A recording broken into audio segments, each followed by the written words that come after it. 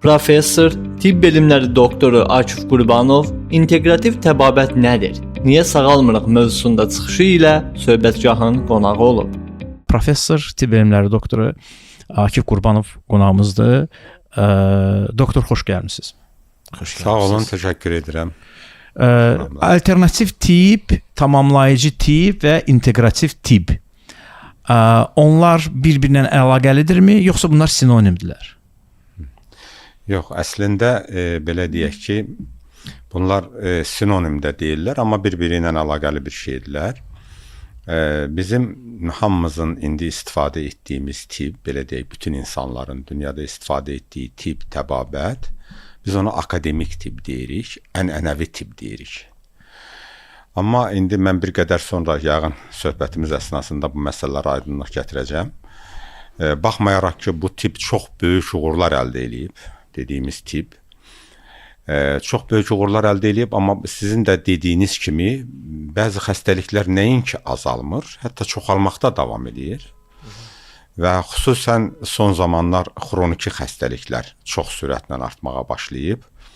Bu da nəyin bir çox səbəbləri var bunun. Bu xroniki xəstəliklərin artma səbəblərindən biri odur ki, bizim akademik tibb, ənənəvi tibb dediyimiz tibb kəskin xəstəlikləri belə deyək, çox asanlıqla müalicə edir və bəzən bu müalicənin nəticəsində həmin xəstəliklər xroniki hala çevrilib, uzun müddət davam edir və bu səhiyyə üçün, insanlar üçün böyük problemlər yaradır. O ki, qaldı bu dediyiniz, adlarını çəkdiyiniz təbabət, yəni alternativ tibb. Baxın, əgər bir şəxs, bir insan bizim dediyimiz ənənəvi tibbdən faydalana bilmirsə, üzünü tutur, alternativ tibb dediyimiz bir şeylər var, ona tutur. Bu nədir? Məsələn, qədim, ümumiyyətlə Çin təbabəti və yaxud da Tibet təbabəti. Bu alternativ tibb demək olar buna. Məsələn, hamımızın bildiyimiz iynə batırma üsulu var. Bu alternativ tibbin bir müalicə üsuludur. Sonraki nəyisə soruşdunuz, alternativ tibbdən başqa? Tamamlayıcı tibb. Tamamlayıcı tibb. Tamamlayıcı tibb isə, yəni bu da alternativ tibbin bəzi üsullarını ənənəvi tibbə gətirməklə tamamlayıcı tibb. Belə deyək, tamamlayıcı tibb termini Azərbaycan dilində birtəhər səslənir, yəni belə deyək, amma Türkiyədə mən bildiyimə görə bütüncül tibb deyirlər bunun adına. Yəni, sanki, belə deyək, ənənəvi tibbin müalicə üsullarını başqa dediyimiz alternativ tibb və s. üsulları ilə tamamlayırlar. Bax, belə, bu terminlərə belə ardıc deməli, aydınlıq gətirmək olar. O ki, qaldı inteqrativ təbabət. Bu, son illərdə, son 20-25 ildə inkişaf etməyə başlamış və bir tibbdir. İnteqrativ tibb isə, burada məsələ belədir. Müalicə üçün bütün, deməli, müvafiq üsullardan istifadə edəcəkdir. Yəni, təkcə o ənənəvi tibbi yox, alternativ tibbi yox, tamamlayıcı tibbi yox, bunların ən yaxşılarını götürüb özündə birləşdirib xəstəyə şəfa verici bir deməli müalicə üsulu təklif eləyir. Baxın, biz həmişə deyirik müalicə. Müalicə etmək, müalicə olundum, getdim, müalicə olundum. Bu cür terminlər xalq arasında tez-tez istifadə olunur. Amma gəlin görək, müalicə etmək, şəfa verməkmi deməkdir? Heç də həmişə yox. Bəzən insan ömür boyu müalicə olunur, amma şəfa tapa bilmir. Bax, bu şəfa verici təbabət dünyada hesab olunur ki, inteqrativ tibb şəfa verici tibb ola bilər. Çünki burada artıq bir deyil, bir neçə dediyimiz o təbabətin ən yaxşı üsullarını, xəstə üçün lazım olan ən yaxşı üsullarını götürüb ona istifadə edir. Ona görə də inteqrativ tibb və getdikcə artıq inkişaf etməkdədir. Doktor, bu üzr istəyirəm. O dediniz tibb inkişaf eləyib, amma xəstəliklər də artıb. Necə inkişaf edib ki, xəstəliklər artıb?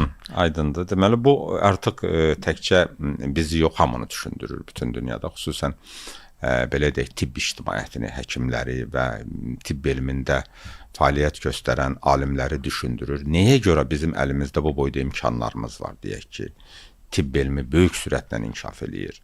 Texnika, texnologiyalar, hətta süni intellekt də gəlib bizim köməyimizə, belə deyək. Belə olduğu təqdirdə niyə görəsəniz xəstəliklər azalmır, artır? Bir neçə səbəblərini deyə bilərik. İndi bu səbəblərdən biri nədir? Birinci budur ki, ekologiya. dediyimiz bir şey var.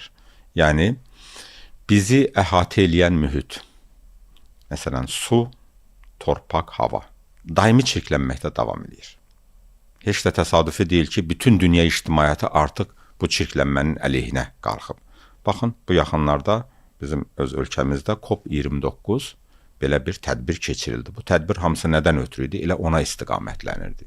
Yəni ekologiyanın qorunması və s. və s. və s.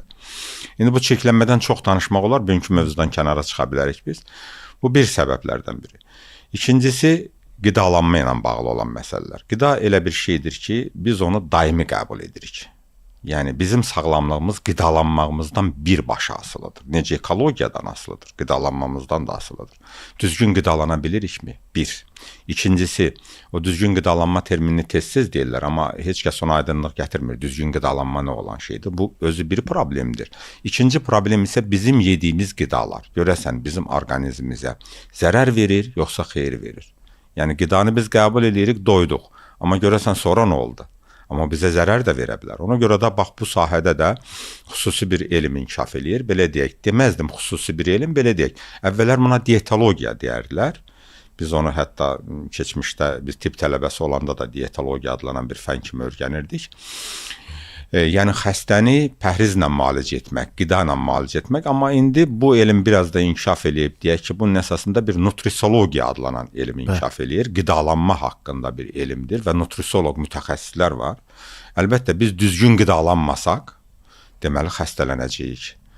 Neynəsək də xəstələnəcəyik və ya qidalarımız sağlam olmasa, görürsünüzmü? Məsələn, çox indi istifadə eləyirlər. Sağlam qida. Bu lazımdır insana. Yəni bunlar olmasa biz sözsüz ki, həmişə xəstələnəcəyik, heç vaxt sağlamlıq tapa bilməyəcəyik. Ona görə bu məsələlərə fikir vermək, bu məsələlər bizdə getdikcə bütün dünyada belədir, qabarır bu problem və insanlar qidalanırlar hamı. Amma gəlin görək, məsələn, bizim gündəlik qidamızda nələr var? Konservasiya olunmuş qidaların həcmi çoxdur. Və konservasiya olunmuş qidalar nədir? Onun içərisinə konservantlar qatılır. Konservantlar kimyəvi maddələrdir. Bizim sağlamlığımız üçün zərərli bir şeydir. Ona görə də o sağlam qidalanma deyəndə hansı konservantsız qidalar, təbii qidalar daha çox nəzərdə tutulur. Və bundan başqa üçüncü faktor da ola bilər. Hətta birincinin əsaslarını deməyə çalışacağıq. Üçüncü faktor nədir? Baxın, bu stres faktorlarıdır. Bizim hər gün yaşadığımız stres. Hamının demək olar ki, xüsusən bu urbanizasiyanın daha da sürətləndiyi, şəhərləşmənin getdikcə sürətləndiyi bir dövrdə bu nədir? Bir növ məsələn, əhali sıxlığı, nəqliyyat sıxlığı, səs-küy həmişə və belə deyək, sanki işlərimiz də gün-gündən çoxalır. Baxmayaraq ki, bizim köməyimizə çox sayılı vasitələr gəlir, amma işlərimiz də gün-gündən. Bunlar hamısı bizi stres vəziyyətində saxlayır. Yəni sinir sistemini gərgin vəziyyətdə saxlanıldıqda, sinir sistemi gərgin olan şəxslər istər-istəməz hər hansı bir xəstəliyə deməli düçar olurlar.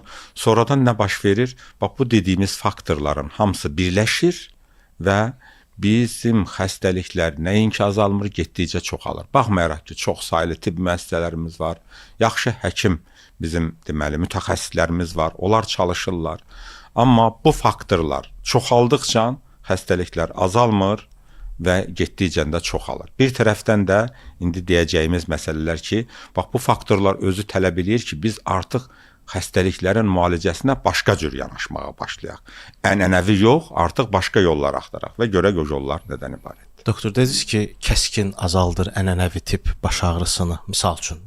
Kəskin dayandırır. Bəli, kəskin xəstəliklər. Mənim tutaq ki, başım ağrıyır, mən buna bir həkimə getsəm, protokol əsasında mənə tutaq ki, test verəcək və s. və sonra da deyəcək ki, spazmaqol qəbul elə, misal üçün, qofen qəbul elə başın ağrıyanda. Bu, mənim baş ağrımı kəskin azaldacaq.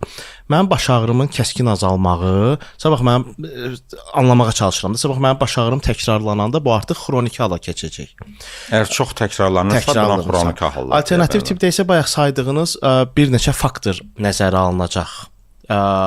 Biz misal üçün sadə elə baş ağrıdan götürsək, ya da istədiyiniz hər hansı bir gündəlik həyatımızda tez-tez rastlaşdığımız bir xəstəlikdən misal versəz, ənənəvi mənə protokol əsasında yanaşır. Protokolda deyir ki, get yoxla, və bu şey yaz. Bu biri tərəf necə yanaşacaq mənim baş ağrıma ya da nə bilim şəkər xəstəliyimə? Aydındır. Deməli, məsələ belədir ki, mən bayaq qeyd etdim, bizim ənənəvi tibb adlandırdığımız tibb çox böyük uğurlara imza atıb. Çox böyük uğurları var. İndi də var uğurlar əlbəttə. Amma gördüyümüz kimi bizim indiyə qədər danışdığımızdan belə bir nəticə çıxdı ki, xəstəliklər getdikcə çoxalır. Xəstəliklər niyə müalicə oluna bilmir? Deməli, bizim bu indiyə qədər dediyimiz faktorlar var idi. Bu faktorlar bizdən nəyi tələb edir? Müalicəyə yeni yanaşmalar tələb edir. Xəstəliklərin müalicəsinə, diaqnostikasına, istəsə də profilaktikasına yeni yanaşmalar tələb edir. Bu yeni yanaşmalar nədir? Dediyimiz kimi, hər bir həkim artıq hiss etməyə başlayır ki, onun müəyyən bir səviyyə var, o səviyyədən o tərəfə keçə bilmir. Məsələn, sizin dediyiniz baş ağrısını misal göstərək. Misal üçün əlbəttə, hamı tərəfindən daha asanlıqla qəbul olunsun. Məsələn, bir şəxsin tez-tez baş ağrıyır. Sözsüz ki, o baş ağrı dərmanları dediyimiz, analgetiklər dediyimiz ağrı kəsici dərmanları hamı alıb istifadə edir. Onlar bizim üçün əl çatandır hər yerdə. Amma bir gün, 2 gün, 3 gün, 1 ay və s. baş ağrısı sakitləşmir. Həkimə müraciət edirlər. Həkim də siz dediyiniz kimi ənənəvi üsulla ona protokol üsulu ilə müalicə yazır. Amma burada həkim başlayır araşdırmağa. Səbəb nədir? Səbəblər, baş ağrısının səbəbləri, yüzlərlə səbəbləri var. O səbəbləri həkim tapa bilər, onu aradan qaldıra bilər və baş ağrısı keçə bilər. Amma sonradan yenə də təkrar olunacaqdır. Deməli, bizim indi yanaşdığımız müalicə üsullarına bir qədər daha əlavələr lazımdır. Əlavələr nə cürdür? Artıq bütün dünyanın tibb ictimaiyyəti belə deyək qəbul etməyə başlayır ki, bizim ənənəvi tibbə nə isə əlavə bir şeylər lazımdır. Məsələn, bayaq dediyimiz üsullar, hansı üsullardır? Deyək ki, ona biz deyəcəyik, gəlin belə deyək də, qeyri-ənənəvi yanaşmalar lazımdır. Qeyri-ənənəvi yanaşmalar, yəni digər indiyə qədər dediyimiz o müalicə üsulları, deyək ki, alternativ müalicə üsullarını toplayıb, bununla da həmin xəstəliyi tam müalicə etmək olar. Bax, ona görə də indi hal-hazırda adını qeyd etdiyiniz integrativ tibb artıq, yenə də qeyd edirəm, hər bir xəstəlik üçün müxtəlif müalicə üsullarından istifadə, onların birləşdirilməsi, elə inteqrasiya sözü birləşdirmə deməkdir. Müxtəlif tibbin, təbabətin, istər ənənəvi olsun, istər qeyri-ənənəvi olsun, hamısının üsullarını toplayıb xəstəni müalicə etmək. Bu oldu integrativ təbabət. Integrativ tibb, artıq integrativ tibb xəstəyə, belə deyim də, bizim öyrəndiyimiz, bizim istifadə etdiyimiz ənənəvi tibb nəyə əsaslanır əsasən? Əsasən, insan sağlamlığının bir neçə, deməli, bir həlqələri var, faktorları var. Məsələn, fiziki sağlamlıq var, belə deyək. Amma fiziki sağlamlıq məsələlərini tam həll eləyə bilmir. Çünki insan sağlamlığının başqa aspektləri var. Sosial aspekti var, emosional aspekti var, intellektual aspekti var, mental aspekti var. Bu aspektlərin hamısını nəzərə ala bilmir bizim ənənəvi tibb. Ona görə də bəzi xəstəliklərin müalicəsində ənənəvi tibb, xüsusən xroniki xəstəliklərin müalicəsində mən deməzdim ənənəvi tibb gücsüz qalır. Nə edə bilir? Ömür boyu müalicə. Məsələn, ənənəvi tibbdə, belə deyim, akademik tibbdə xroniki xəstə bir şəxsə, məsələn, şəkərli diabet olsun, ya dediyiniz indi o bir xəstəlik adsası, Hashimoto olsun, ya bir başqa bir xəstəlik olsun. Bu xəstəliklərdə nə edirlər? Həkimin yanına gedəndə həkim sizə bir dərman təyin edir və deyər ki, bunu ömür boyu qəbul edəcəksiniz. Amma ömür boyu qəbul edəcəksiniz, çünki o protokoldur, qəbul etməlidir. Amma gəlin görək, ömür boyu o kimyəvi dərmanın orqanizmdə qəbulu hansı fəsadlar yaradacaq? Düzdür, xəstəlik simptomlarını azaldacaq. Amma bir tərəfdən o artıq orqanizm üçün zəhərə çevrilib yeni problemlər yaradacaq. Müəyyən müddətdən sonra, məsələn, bizim ağrı kəsicilər tibbdə geniş istifadə olunur. Amma ağrı kəsicilərin bir dənə ən böyük mənfi cəhətlərindən biri var ki, o bir müddətdən sonra artıq mədə-bağırsaq sisteminin selikli qişalarını sıradan çıxarır və xəstə deyir ki, mən o ağrı kəsici dərmanı qəbul edəndə mədəm başlayır ağrımağa. Bir müddət sonra, əgər həkim diqqətsiz olsa, orada artıq mədənin xora xəstəliyi əmələ gələcək, o preparatları ümumiyyətlə qəbul edə bilməyəcək. Onda nə etmək lazımdır? Onda dediyimiz kimi biz inteqrativ tibbin müalicə üsullarından istifadə edəcəyik. Bəs bu üsulların elmi sübutu varmı? Aha, deməli, bəli. Deməli, indi dediyim kimi bizim ənənəvi tibbə başqa cür nə deyirlər? Bilirsiniz, sübutlu təbabət deyirlər. Yəni sübutlu təbabət nədir? Bu protokolla müalicə eləyiblər. Sübut eləyirlər ki, bu protokol effektlidir. Özü də söhbət 100% effektdən getməz. Müqayisə eləyirlər, o dərman preparatı 80% effektlidir, bu müalicə üsulu 70% effektlidir, bu 90 ən yaxşısını götürür. Amma gəlin görək 100% onu müalicə eləyə bilirmi? Yox, əlbəttə ki, yox. Belə olan təqdirdə nə baş verir? Sübutlu təbabət və inteqrativ təbabət. İnteqrativ təbabət sübutlu təbabətin üstündən xətt çəkməz. Mən dediyim kimi. Sübutlu təbabətin ən yaxşı üsullarını götürər. Ən yaxşılarını götürər. O dediyimiz, o deyirsiniz sübutlu, ona deyirlər rus dilində insanlar daha çox dokazatelli medisinada. Deməli, orada isə biz deyirik akupunktura, məsələn, Tibet təbabəti, Çin təbabəti, nə bilim daha fitoterapiya. İndi biz o barədə yəqin ki, müalicə üsullarını danışanda da məlumat verəcəyik. Şərq təbabəti deyirlər. Məsələn, qərb təbabəti əsasən biz dediyimiz o ənənəvi təbabəti, hal-hazırdakı bütün həkimlər ondan istifadə edir. Bir də var dediyimiz şərq təbabəti deyəndə alternativ təbabət.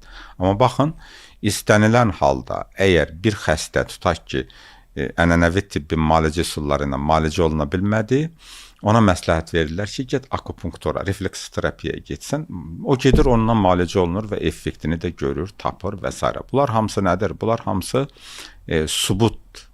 sübuta ehtiyacı olmayan bir şeylərdir, belə deyim. Əlbəttə ki, hal-hazırda böyük araşdırmalar var. Dediyimiz o alternativ tibbin özünün də effektiv dərəcələri var.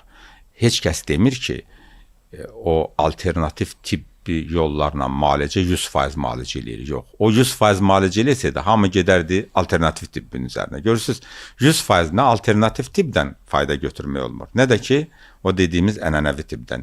Nə qərara gəlinib? Birləşdirək. İnteqrasiyalı təbabət eləyək. Hər ikisinin ən yaxşı üsullarından istifadə edək. Bax, ona görə bura gəlib çatır. Müalicə üsulları dediniz. Hansı müalicə üsulları var? Məsələn, bayaq deyirsiniz, emosional tərəfi var, məsələnin intellektual tərəfi var. Emosiya tərəfi varsa, deməli, emosiyanın müalicə tərəfi də var. Bu hansı müalicə üsulları ilə bağlı? Birincisi, mən onu deyim ki, inteqrativ təbabət xəstəliklərin patogenezinə, xəstəliklərin əmələ gəlməsinə deməli standart yanaşmır. Baxın, əsas nə götürülür ortalıqda? Belə deyək ki, bizim xəstəliklərin əmələ gəlməsinə və xronikləşməsinə səbəb olan faktor kimi əsas faktorlardan biri götürülür. Orqanizmdə tənzimlənmənin pozulması. Bizim orqanizmimiz özünü tənzimləyən bir sistemdir. Və özünü tənzimləmə pozulanda xəstəlik baş verir. Necə? Məsələn, bizim orqanizmimiz hüceyrələrdən ibarətdir. Bu hüceyrələr bir yerdə yerləşiblər. Deməli, o yerin adına biz matrix deyəcəyik. İndi bu elmi söhbətlərdir, mən çox istəmirəm bunun içərisinə girim. Deməli, bu getdikcə nə baş verir? Getdikcə hüceyrə, xarici mühit çirklənməyə başlayır. O iki cür çirklənə bilər. Bir, bizim dediyimiz faktorların təsirindən, bayaq sayırdıq onları. Ekologiya, qidalanma, stres. Stres özü də çirkləndirən bir şeydir. O dediyimiz hüceyrə, xarici mühit çirklənir. Çirklənəndən sonra nə olur? Hüceyrə oradan qidalanır. Hüceyrə artıq qidalana bilmir. Hüceyrə öz funksiyasını yerinə yetirə bilmir və hüceyrə nə olur? Öz funksiyasını dəyişir. Degenerasiya uğrayır, ya ölür, ya məhv olur, ya da başqa bir yol tutur, ölməzlik yolu tutur. O da artıq mutasiya və bədxassəli işlər deməkdir. Sonu gətirib ora çıxardır. Deməli, beləliklə, belə deyək, bizim o dediyimiz alternativ tibbin və yaxud da inteqrativ tibb xəstəliklərin yaranmasının bir aspektini belə görür. Həmin aspekt ondan ibarətdir ki, bizim orqanizmimiz zaman keçdikcə çirklənir. Çirklənmənin səbəbi ətraf mühitdir. Bir, ikincisi isə bizim orqanizmimizin öz daxilində əmələ gələn, o hüceyrənin həyat fəaliyyəti nəticəsində gələn metabolit dediyimiz məhsullardır. O məhsullar hüceyrə hüceyrənin yerləşdiyi mühiti çirkləndirəcək. Ora çirklənəndən sonra hüceyrə artıq yaşaya bilməyəcək. Nə baş verəcək? Biz həmin nahiyədə ağrı hiss edirik. Sonra ümumiyyətlə xəstəlik əlamətləri hiss edirik və nəticəsi də o xəstələnmə olur. Biz ona xəstələnmə deyirik və bizim başımızın ağrıması səbəbi ola bilər. Əlimizin, qolumuzun ağrıması, ürəyimizin və s. ağrıması səbəbləri o olacaqdır. Və indi bunu ki belə başa düşür, ona görə də biotənzimləyici təbabət adlanan, hansı ki inteqrativ təbabətin aparıcı sahələrindən biridir. Biotənzimləyici təbabətin ilk yanaşması nədir? Bu çirklənməni aradan götürmək. Necə götürəcək aradan? Orqanizmdə elə bir vəziyyət yaradacaq ki, orqanizm o biotənzimləməni bərpa etsin. O mühitdə olan çirklənmiş hissələri yavaş-yavaş bədəndən atsın, uzaqlaşdırsın. Buna həmin təbabətdə, biotənzimləyici təbabətdə detoks, dezintoksikasiya deyirlər. Zəhərdən təmizlənmə. Birinci mərhələ. Zəhərdən təmizləyə biliriksə o dediyimiz mühiti, xəstəliklərin 50%, yarısına qədərin artıq sağalmış hesab olunur. Artıq. Professor elə danışır, səhərə kimi qulaq asıram. Yəni bu yəni doğrudan da belədir və bu üsulla bir müalicəyə girdinsə, o detoks deyilən dezintoksikasiya, zəhərlənməni aradan götürdüyündə hüceyrələr başlayır yaşamağa. O hüceyrə yaşamağa başlayanda, onun funksiyası normal olanda, tənzimləmə qaydasında olanda artıq biz xəstəlik hiss etmirik. Xəstəlik tam sağalmış olur. Yəni bax bu üsullardan biri, inteqrativ təbabətin üsullarından biri, elə yeri gəldi deyim, bu dediyimiz biotənzimləyici müalicə bu idi. Başqa üsullar var. Yəni başqa üsullar da hər bir xəstəliyə uyğun üsullar seçilir. Məsələn, ürək-damar xəstəliklərindən inteqrativ təbabətdə necə olur? Misal üçün gedir həkimə, bizdə belə getdin kardioloqun yanına, deyir, sənin ürəyinə tutaq ki, stent qoymaq lazımdır. Bəli. Əməliyyat eləmək lazımdır. Klapan işləmir, ayağın şişib falan eləmir. Vəssalam da, yəni sənin işin ancaq bıçağın altındadır. İnteqrativ, o deyir ki, bıçağın qarantiyası da yoxdur. Bəli, çünki imza atırsan ki, əməliyyatda da bilmək olmaz. Bir də var ki, inteqrativ təbabətlə müalicə üsulu. Bəli, o necə olacaq onda? Mən indi sizə bir şey deyim ki, mən gördünüz söhbətimizin əvvəlində dedim ki, heç bir şəxs, heç bir həkim, heç bir mütəxəssis bizim ənənəvi tibbi kənara qoya bilməz. Ənənəvi tibb inteqrativ tibbin içində hökmən vacibdir. Bayaq dediyimiz cərrahi üsula gəldiniz, çatdınız. İş o yerə gəlib çata bilər ki, cərrahi üsula ehtiyac var. O hökmən cərrahi əməliyyat olunmalıdır. Ona görə biz nə deyirik? İnteqrativ tibbin içərisində bizim ənənəvi tibbin cərrahiyyəsi var. Farmakoterapiyası var. Yəni stomatologiya var, belə deyək. Belə deyək də hökmən olmalıdır. Bu inteqrativ tibbdir, və s. Təcili təxirə salınmaz tibbi xidmət var. Biz təcili hallarda heç vaxt demirik ki, bu inteqrativ. Təcili hallarda insanın, belə deyək ki, qızdırması qalxıb 40-dan yuxarı, biz ona heç inteqrativ tibbdən istifadə eləmirik. Nə veririk ona biz? Qızdırma salıcı dərmanlar, hansı ki, hamı onu tanıyır. Yəni, təcili təxirə salınmaz hallar, bir də ki, cərrahi müdaxiləyə ehtiyacı var, o iş o yerə gəlib çatıbsa. Ki, bəli, doğrudan da ürək damarları o dərəcədə daralıbsa, deyək ki, ürəyin tac damarları deyirik də, o dediyiniz stent qoyma ora aiddir. Tac damarlarında daralma olduqda, ora stent qoymaq, eləcə də o, nə deyirlər, bypass əməliyyatı, nə deyirlər, açıq qəlb əməliyyatı, onun vasitəsilə ürək damarlarını dəyişmək yox, əslində ora bir başqa damar əlavə etmək. Bunlar hökmən, yəni iş bu yerə gəlib çatanda onsuz keçinmək olmaz, amma gəlin baxaq. Ürəyi başlayır, pasiyentin ürəyi ağrımağa başlayıb, deyək ki, stenokardiya əlamətləri, ürək ağrısı əlamətləri var və yaxud da qan təzyiqi yüksəlməyə başlayır, xəstə bunu hiss edir və həkimə müraciət edir. Həkim ənənəvi təbabətdə siz demişkən protokol müalicəsinə başlayır, amma xəstəlik dayanmır, xəstəlik gedir.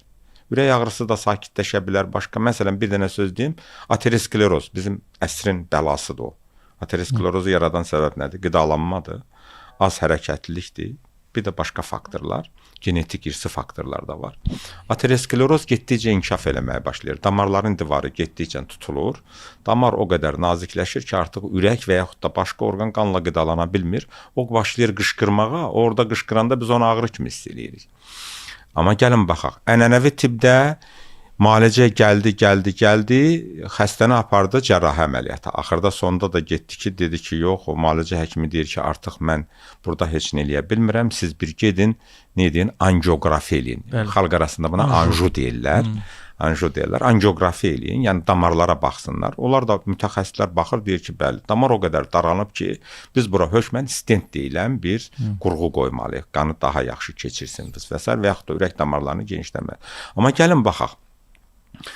Həmin xəstəni biz inteqrativ təbabətin üsulları ilə müalicə eləməyə başlayanda ən azından prosesi dayandırırıq. O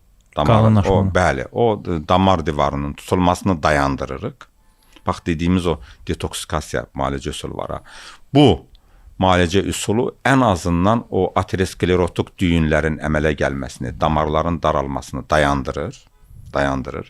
Hətta xəstəni uzun müddət müşahidə edirsə, həkim bu üsullardan geniş istifadə eləyirsə, getdikcə geriyə inkişafda başlayır. Yəni damarların divarı daha elastik olur, damar daha çox keçirməyə başlayır. İndi xüsusi bir xəstəlikdən danışırıq. Əlbəttə bütün xəstəliklər elə buna münasibdir. Və getdikcə nə baş verir? İnsan sağlamlaşır. Hətta bir qədər cavanlaşır. Nəyə görə? Çünki o zəhərlənmə bədəndən təmizlənir. O dediyimiz pozulmuş tənzimləmə imkanları bərpa olunur.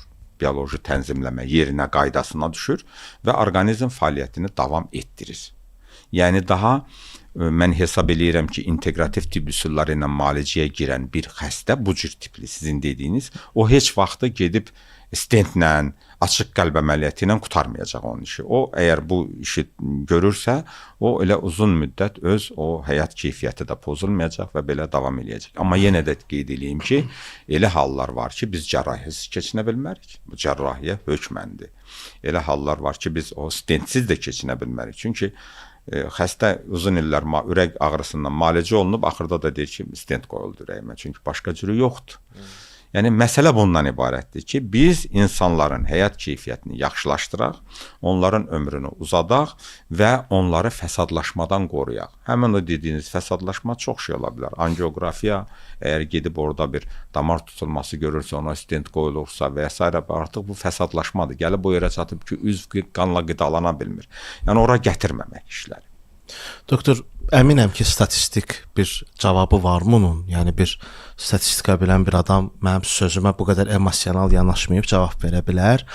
Amma mənim ətrafımda gördüyüm bir şey var. Mən uşaq olanda mənim sinifimizdə ya da ətrafımda, məhəllədə çox az xəstə uşaq olardı.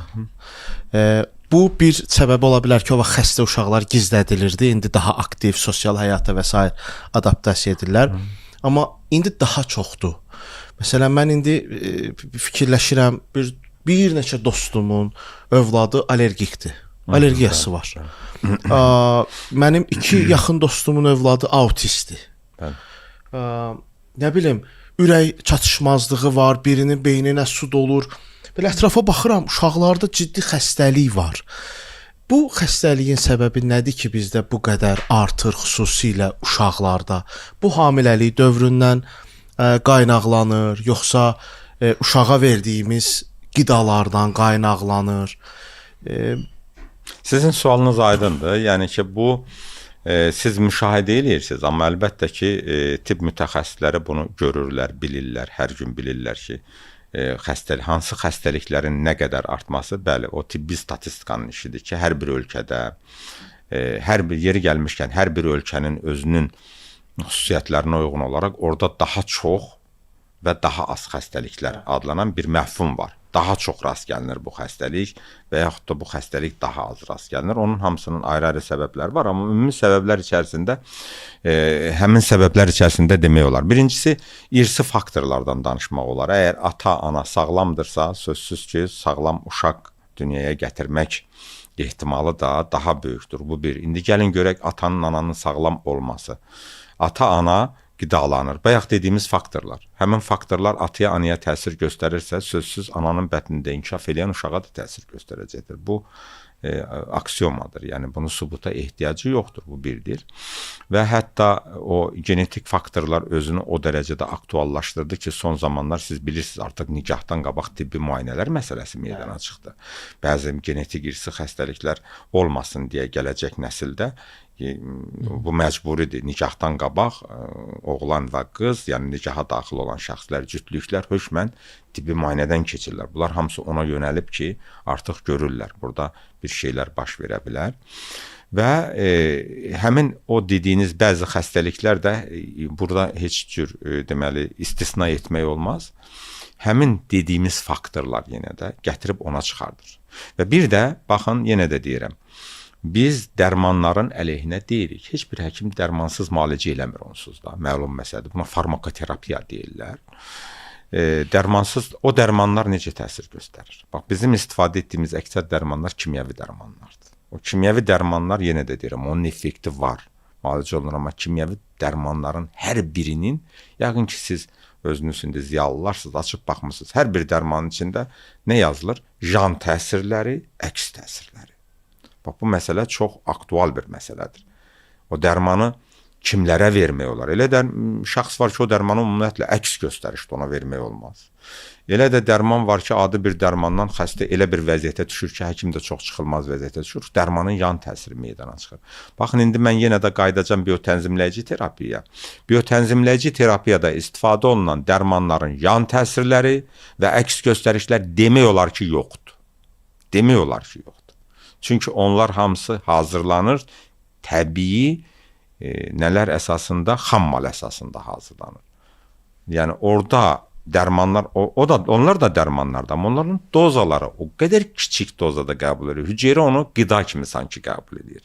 Amma bizim yenə işlətdiyimiz bu faktorlar, biz sualdan uzaqlaşmayaq. Bu faktorlar, indi allergizasiya deyirik. Allergik xəstəliklər niyə çoxalıb? Bayaq dediyimiz səbəblərdəndir. Allergik xəstəliklər zamanı çox adi bir qidaya, toza, yəni nə isə bir xarici bir təsirə qarşı orqanizm çox güclü bir immun cavab reaksiyası verir. Bizim müdafiə edən hüceyrələr var. Sanki onlar hirsləniblər. Onlar o maddəni hiss elədikdə o qədər böyük bir reaksiya verirlər ki, biz onu allergiya kimi görürük. Nə olur? Gözlərin qızarması, sulanması, indi hamının gördüyü şeylərdən danışaq. Allergiya mövzusu böyük bir mövzudur əlbəttə. Bunu burada izah etmək olmaz. Və yaxud da asqırma, sonra bronxlarda spazm, bronxial asma, dəridə qaşınma, qızarma və s. İndi allergiyanın ən çox görünən, xalq tərəfindən görünən əlamətləri. Niyə belə olub? Çünki biotənzimlənmə pozulub. Bizim immun hüceyrələr o qədər əsəbi vəziyyətə, dırnaq içində əsəbi vəziyyətə düşür ki, adi bir şeylər, adi qidalara qarşı belə hirslə cavab verir o. Yəni, bunlar hamısı nəyi göstərir? Məhz biotənzimlənmənin pozulmasını göstərir. Bəli, biotənzimləyici tibb dediyimiz bir tibb sahəsi, hansı ki, integrativ tibbin çox, deməli, belə deyək, əhəmiyyətli bir hissəsini tutur. İndi mən başqa üsullarından da danışacağıq orada, amma hələ gəlib çata bilməmişik ora. Bu məsələləri aradan götürülə bilər. Məsələn, allergik xəstəliklərin, əgər ki, bayaq dediyim şəkildə bir həkim fikirləşər ki, mən allergik xəstəliyi müalicə edirəm. Əlbəttə, allergik xəstəliklərin simptomlarını, əlamətlərini aradan götürmək üçün biz hökmən akademik tibbin preparatlarından istifadə edəcəyik. Amma gələcəkdə bu allergiya olmasın deyə. Məsələn, bir allergiyası olan şəxs deyir ki, mən cibimdə həmişə bir tablet gəzdirirəm. Məsələn, deyək ki, allergiya əleyhinə bir preparat. O, allergiyanı müalicə eləmir, allergiyanın əlamətlərini aradan qaldırır. Amma niyə edək ki, allergik xəstəlik ümumiyyətlə olmasın, onda qayıdıb gələcəyik, pozulmuş biotənzimləyici müalicə üsulu ilə pozulmuş tənzimlənməni düzəltmək, yerinə qoymaq. Əgər ki, elə etməliyik ki, o dediyimiz bizim müdafiə hüceyrələrimiz hisslə cavab verir, indi normal cavab versin. Yəni, bax belə. Bir olmuş bir şey deyəcəm sizə. Həyat yoldaşımda bir allergiya var idi. Ona kirpi əti tövsiyə etmişdilər. Kirpi əti yeyəndən sonra isə artıq onun allergiyası yoxdur. Ciddisən? Tam ciddi deyirəm, təxmini 19-20 yaşlarında olub və İndi kirpi əti ilə allergiyanın yoxa çıxması alternativ tipdir, yoxsa plasebo effektidir? Yox, mən sizə bir söz deyim ki, bu şey varsa, bu fakt varsa, əvvəla məsələ bundadır da. Və niyə kirpi əti? Mən bildiklərimi deməyə çalışacağam. Mən nə kirpi əti üzrə mütəxəssis deyiləm. Deməli, hər halda mən həkim kimi öz fikirlərimi sizinlə, yəni dinləyicilərlə, tamaşaçılarla bölüşəcəm. Əvvəla bir məsələ ondan ibarətdir ki, sizin dediyiniz bu müalicə üsulu o olsa xalq təbabətinə aiddir. Bu bir. Xalq təbabəti yeri gəlmişkən inteqrativ tibbin bir sahəsidir. Baxın, dediyimiz inteqrativ tibbin xalq təbabəti. Deməli, hətta o cədvəldə də var o xalq təbabəti. Amma bu, gəlin görək, bu sübut olunubmu? Baxın, biz nə vaxt sübut olunmuş hesab edirik? Yüzlərlə, bəlkə minlərlə, statistik üsullarla onu müayinə edirik ki, bir xəstə qrupları götürürük, allergik xəstə qrupları, onun rasionuna kirpi əti daxil edirik, o birinə daxil etmirik, sonra hər ikisində allergik vəziyyəti qiymətləndiririk, sonra deyirik ki, doğrudan da bu kirpi əti allergiyada müəyyən müsbət effekt verə bilir, doğrudan da verə bilər. Amma gəlin belə danışaq, təkcə bir hadisəni götürüb ki, bu kirpi əti allergiyanın dərmanıdır, çünki filan kəsdə belə effekt verdi. O, kirpi ətinin təsirindən yox, başqa bir təsirdən də ola bilərdi. Onu istisna etmək lazımdır. Başqa təsadüfi bir qida, təsadüfi bir dərman, təsadüfi bir həyat tərzinin dəyişilməsi ola bilər. Məsələn, allergik hallarda elə bir şeylər var ki, bu mənzildən o bir mənzilə köçürsən, allergik əlamətlər yox olur. Var. Çünki məsələn ev tozuna qarşı allergiyalarda çox vaxt belə şey və yaxud da bir ölkədən başqa ölkəyə köçürsən, allergik reaksiya yoxdur. Amma indi bu da kirpi ətinin qəbulu ilə eyni vaxtda düşə bilər. Onda deyə bilərik ki, kirpi ətinin təsirindən deyil, siz yaşayış yerini dəyişdiniz, həyat şəraitinizi dəyişdiniz, qidalanma xarakterini dəyişdiniz, ona görə belə oldu. Amma kirpi ətinin ikinci bir şeyi də var. Çünki oğlumda da var idi, anasından keçmişdi və mən gedib heyvan bazarından kirpi əti almışdım. Və ondan sonra indi oğlumdakı allergiya yoxdur. Yəni allergiya. İndi bax bu çox qəribədir, yəni indi bilmirəm. bunu əlbəttə ki, nutrisologlar, ya qidalanma üzrə mütəxəssislər və s. araşdırmalıdırlar. Doğrudan da kirpi ətinin tərkibində hər hansı bir şey varsa, doğrudan da mən deyə bilmərəm onu.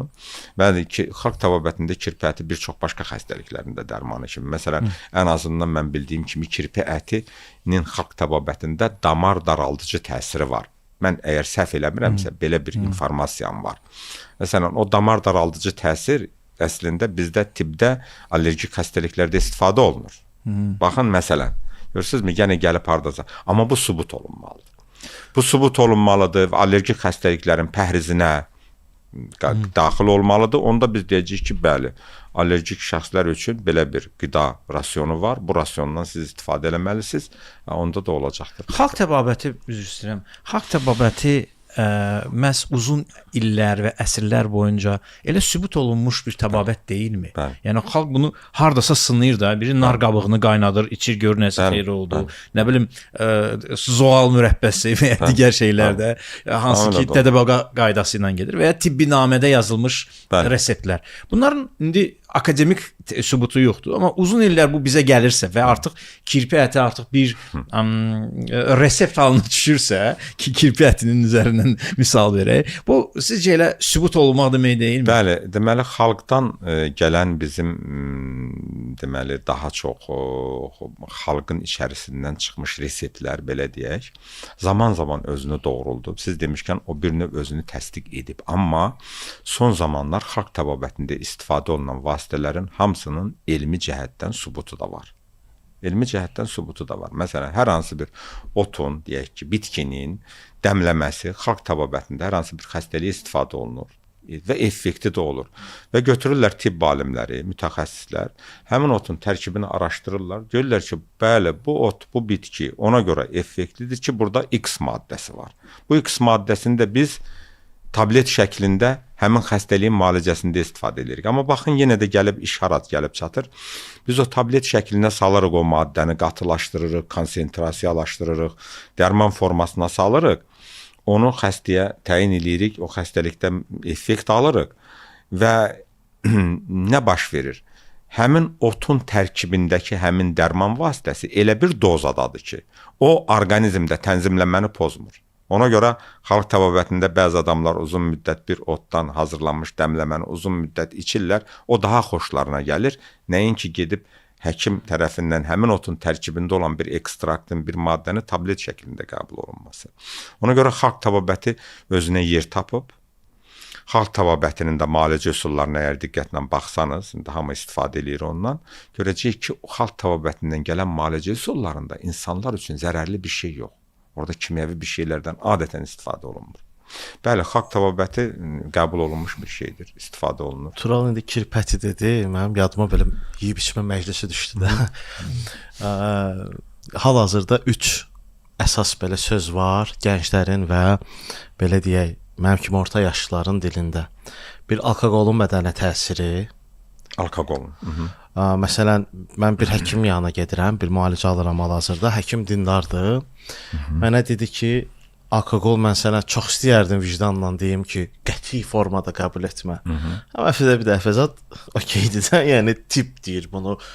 Sənin o xəstəliyinlə bağlı çox da sənin üçün belə ölümcül bir ziyanı yoxdur. İdman. Bəzi həkimlər sənədlər və araşdırmalar yayımlayırlar ki, indiki fitness və yaxud da sərt idmanlar bədənə ziyandır, olmaz bu qədər idman eləmək.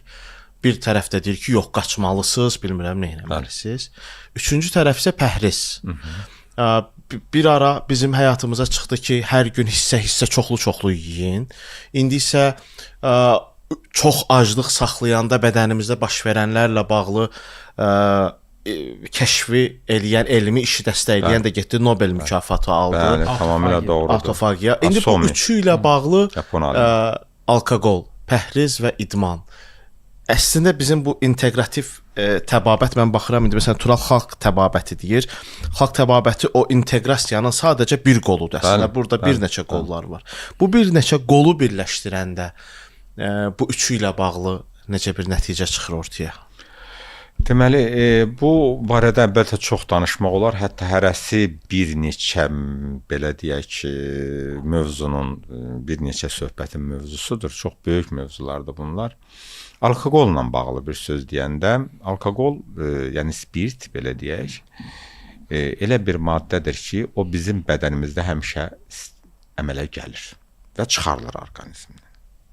Ara məhsul kimi əmələ gəlib, orqanizmdən çıxarılır. Və yaxud da parçalanıb çıxarılır, belə deyək. Və bizim yediyimiz qidaların da içərisində az miqdarda, bəzilərinin içərisində nə var? Alkoqol var. Məsələn, deyim, qıcqırma məhsullarının hamısının içərisində alkoqol var. Çörəyin içində belə alkoqol var. Yəni, baxır. İndi bu nöqteyi nəzərdən yaxınlaşanda az miqdarda, belə deyək, spirtli içki orqanizm üçün böyük bir problem yaratmaz. Bu nöqteyi nəzərdən baxsaq əlbəttə ki. Amma belə götürsək, hətta bəzi pəhriz növləri var. Məsələn, qərbdə istifadə olunan pəhriz növü var. Mən bildiyimə görə onun adı Aralıq dənizi pəhrizidir. Onun içində qırmızı şərab var. Mən o pəhrizdən saxlayım. Bəli, mən bunun elmi tərəfindən danışıram. Yəni tam rəsmi bir ürəyə faydası ilə bağlı nə qədər şey var? Yəni bəli, indi o da spirtli içkidir əlbəttə ki. Amma söhbət nədən gedir? Söhbət onun qəbul edildiyi miqdardan gedir. Əlbəttə ki, istənilən bir şəxs spirtli içkini həddən artıq qəbul edirsə, bu orqanizm üçün belə deyək, bəzi hallarda geri dönməz fəsadlar törədə bilər.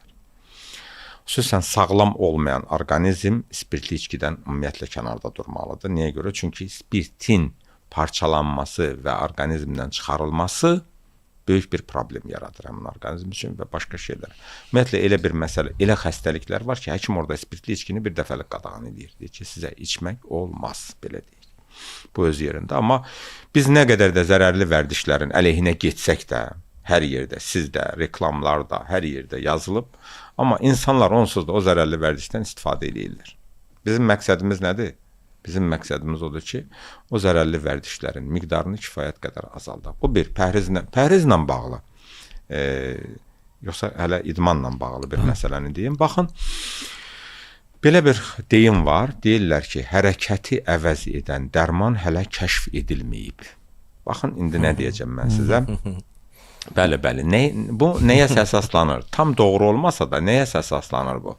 Nədir burada məsələ? Biz hərəkət eləyirik. Hərəkət nədir? Əzələlərin yığılması, açılması ilk növbədə. Özü də əgər müalicə hərəkətinə girsək, orada bütün əzələlər işləməlidir. Özümüz daha yerisə gəlsək başqa şey. Əzələ işləyir. Əzələ işləyəndə nə olur? Qan damarlarında ürək döyünmə sürətlənir, qan damarları genişlənir və bütün qan bütün orqanlarımızı, hüceyrələrimizi sanki yuyur. Bayaq dediyimiz bir şey. Baxın, hüceyrələrin ətraf mühiti zəhərlənmişdir. Qan ora çox gələndə nə olacaqdır? Çıxarılır. Bəli, təmizləyəcəkdir. Deməli, bu sanki hərəkət belə götürək gəlir, tənzimləyici bir müalicə üsuluna yaxınlaşır. Bədəndə təmizlənmə gedir ilk növbədə. Məsələn, birdən-birə uzun müddət oturaq həyat tərzi keçirmiş adamı yavaş-yavaş hərəkətə başlayanda özünü pis hiss eləyir. Çünki bədəndə təmizlənmə prosesləri başlayır. Nəticəsi nə olur? Nəticəsi bizim təmizləyici orqanlarımız var da, hamı bilir onu. Bir də daxil eləyə bilərik. Böyrəklərdir, bağırsaqlardır, öddür, bir də bizim görmədiyimiz limfadır, daxildədir o. Bir də bizim tərvəzlərimizdir hətta. Dəridə olan tərvəzlərimiz də təmizləmə özürlərinə aiddir. Çünki bizim bədənimizdəki bütün o dediyimiz zəhərləyici maddələr bunlar vasitəsilə çıxar. Bədəndən çıxar. Yəni bunlar əgər təmizlənməyə başlayırsa, bu orqanların da fəaliyyəti normaldırsa, o hərəkət başlayır müalicəvi effektini göstərməyə. Amma bəzi xəstəliklər var ki, biz xəstəyə deyirik sizə hərəkət etmək olmaz. Məsələn, bir şəxs insultdur. İnsult olub, deyək ki, beyin qan damarlarının dövranında nəsə pozğunluq var. Ona həkim gəlincəyə qədər deyirlər ki, məsləhət görülür, o tərpənməsin. Tərpənəndə nə ola bilər? Yəni, tərpənəndə nə demək? Tərpənmək, yəni hərəkət eləyəndə nə ola bilər? Həmin damarlarda qan axma güclənə bilər. Əgər deyək ki, hemorragik qanlı insultdursa, o şəxs artıq öz həyatını da itirə bilər. Görürsünüzmü? Belə məsələlər var. Ona görə də istənilən halda sağlam insanlar üçün hərəkət vacibdir, mütləqdir, hətta həyati əhəmiyyətlidir. Bəzi hallarda isə biz hərəkəti artıq hərəkətlə tənzimləməliyik. Sizə ağır yük olmaz. Uzun müddət qaçmaq olmaz. Çünki, məsələn, bir stenokardiyası olan bir şəxsə, ürək nahiyəsində ağır olan bir şəxsə desəniz ki, sən hər gün 1 kilometr qaçmalısan, o qaça bilməyəcəkdir. Nəyə görə? Çünki ürəyin qanla təminatı yoxdur. Ürək tez-tez yığılmağa başlayanda ürək qansız qalır, o xəstəlik əlaməti daha da pisləşir və s. Bu da belə. Mən təqribən fikirlərimi deyə bilirəm yəqin ki. Bəli. Və üçüncü məsələ pəhriz məsələsi idi. Pəhriz məsələsinə gələndə isə siz düz deyirsiniz, təqribən bir 10 il olmaz, bəlkə biraz az olar bundan əvvəl. Məncə 2017-2018-ci ildə səhv eləmirəmsə bu illərdir, bəlkə biraz səhv eləyərəm. Yapon alimi Asomi avtofagiya fenomenini kəşf etdi və bu fenomenin də bizim tibbə gələn bir şeyi var idi. Hüceyrənin öz-özünü yeməsi məsələsi var idi. Hüceyrə, sən demə, ac qaldıqda özündə olan o atılmalı bir şeyləri yeməyə başlayır. Autofagiya, auto öz-özünə, fagiya, fagos yeyirəm deməkdir. Hüceyrə öz-özünü, əgər ki bir hüceyrə başladı, yemək deyirik də dırnaq içərisində, özünün daxilində olan metabolitlərdən yenidən qida maddəsi kimi istifadə eləyə bilirsə, bəzi hüceyrələrimiz gedib başqa ölmüş, zədələnmiş, deyək ki, öz işini görə bilməyən hüceyrələri yeməyə başlayırsa, bu məlum məsələdir, bizim nəyimizdir? Sağalmağımıza doğru gedən bir yoldur. Baxın, artıq 1500 ildən çoxdur, bizim İslam dinində nə var? Orucluq deyilən bir şey var. Orucluğun o dini tərəfləri var, o məsələ var. Bir də bunun elə sağaldıcı təsiri nə ilə bağlıdır? Orqanizmdə əgər ki, 16-18 saat ac qalırıqsa, orqanizmdə autofagiya prosesi işə düşür. Baxın, 16-18 saat. Kimsə 10 saat ac qalar, deyər ki, mən bundan fayda götürmədim, götürə bilməz. Çünki autofagiya hüceyrə nə vaxt qida axtarmağa başlayır. Məlum olub ki, 16 saatdan sonra hüceyrəyə qida lazımdır, nə isə yeməlidir. O başlayır o dediyimiz tullanlası bir şeyləri yeməyə. Belə deyim ki, amma başa düşsün də, mən daha elmi tərəfinə girmirəm. Və bəli, Asomi autofagiya fenomenini kəşf etdi. Bizim də İslam dinindən deyək ki, və yaxud da bizim həkimlər də, alimlər də dedilər ki, bu onsuz da var idi da bizdə acılıqla müalicə adlanan üsullar var. Ümumiyyətlə, acılıq deyilən bir şeylə müalicə üsulu var. Bu gedib bizdə hara çıxır? Pəhriz müalicəsi, o da inteqrativ təbabətin bir qoludur. Lazım gəldikdə biz xəstəyə deyirik. Məsələn, kimsə gəlir deyir ki, məndə insulin dirənci var. İnsulin dirənci, yəqin eşitmişsiniz belə bir şeyləri. İnsanların hamısı bilir bu məsələləri. İnsulin dirənci şəkərli yola aparan böyük bir şosсе yoludur. highway-dir, magistraldır. Yəni şəkərli diabetə doğru gedir bu adam. Necə müalicə edir həkimlərimiz? Başlayırlar bir preparatla, başlayırlar pəhriz təyin edirlər, filan təyin edirlər, amma son elmi tədqiqatlar göstərdi ki, bir mənalı olaraq insulin dirəncinin ən yaxşı müalicə üsullarından biri biotənzimləyici terapiyadır. İkincisi nədir? İkincisi o dediyimiz autofagiya. Ac qalmaq. Hə. Amma orada ac qalmağın da elə hər adamda ac qalmaq, saxlamaq olmaz. Elə adamlar var ki, ac qalmaq ona əks göstərişdir. Bu məsələlər var. O adamda şəkərli diabet olar, sən onu ac saxlayarsan, o hipoqlikamik şoka girər, elə yoldaca yıxılar.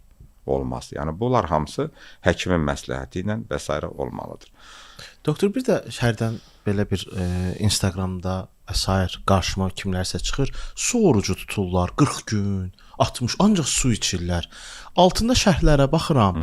Bir neçə həkim məsələn yazır ki, olmaz, siz daxili orqanlarınızın sonuna gətirib çıxardırsınız. 40 gün məsələn su orucu saxlamaq, lap sağlamam, heç bir ürək və sair xəstəliyim də yoxdur. Normaldır 40 gün ancaq su ilə. Mən sizə bir söz dedim. Su orucu saxlamaq yəqin ki, sudan başqa heç nə qəbul etmək olmaz kimi yəqin qəbul edilir. Mən belə adından tutdum, amma oruc saxlayan adamlar sözsüz ki, onlar indi bizdə dini mərasimdir də. Bu orucluq ayı var, sonra onu bir bayram kimi qeyd edirlər. Bu bizim dini mentalitetdən gələn bir şeydir. Bu bütün müsəlmanlar üçün vacib olan şərtlərdən biridir hətta. Bunu mən qoyuram kənara. Kimsə oruç tutur şəfa tapmaqdan ötürü. Açığını deyirəm. Kimsə arıqlamaqdan ötürü. Var belə şəxslər. Kim elə yeri gəlib həm necə deyirlər, ziyarət, özünü bir disiplinə salır. Hə. Yəni elə oruc da tutacam, həm də bu dini nöqteyi nəzərdən yaxşıdır, həm də biraz çəkimi azalım. Amma nə olur? Orucluq vaxtı çəki alırlar. Siz yəqin deyiblər sizə ki, mən oruç tutdum, nabrot nə oldu ki? Amma oruç tutan şəxs bilməlidir. O vaxt arıqlaya biləcək ki, 16-18 saatdan sonra autofagiya işə düşəcək. O vaxt arıqlamaq mümkündür. İndi baxsaq bizdə yay və qış fəsillərində məncə o ac qalmaq dövrü dəyişir də. Məncə qışda o qısa olur. Qışda daha qısadır. Məsələn, qışda o ac qalmaq dövrü 8 saat, 7 saatdır. Orada ac qaldın deyə oruç tutdun, o böyük bir şey, orqanizmdə böyük bir dəyişiklik törətməz. Amma yay vaxtı gəlib o 16-18 saata bax, orada artıq özünü göstərəcəkdir. İkincisi, su nəyə görə içilər? Su içilər, ancaq təmiz su içilər. Ancaq təmiz su. Ona bəzən deyirlər, hətta deyirlər distillə su içsəniz daha yaxşıdır. Bəzilər deyirlər ki, yox da distillə su haradadır. Bax, qaynadılmış təmiz suyun içilməsi o dediyimiz kimi bədəni yumaq məsələsidir. Bədənin toksik maddələrini çıxartmaq üçündür. Ac qalan bir şəxs onu bilməlidir. Ac qalan bir şəxs də bədən təmizlənməyə başlayır və bizim təmizləyici orqanlarımız yüklənə bilər.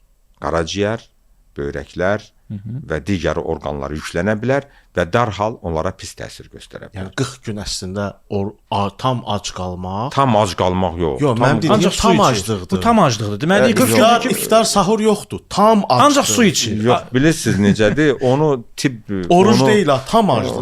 Mən sizə bir mənalı deyəcəm ki, tibb elmi onu qəbul etmir.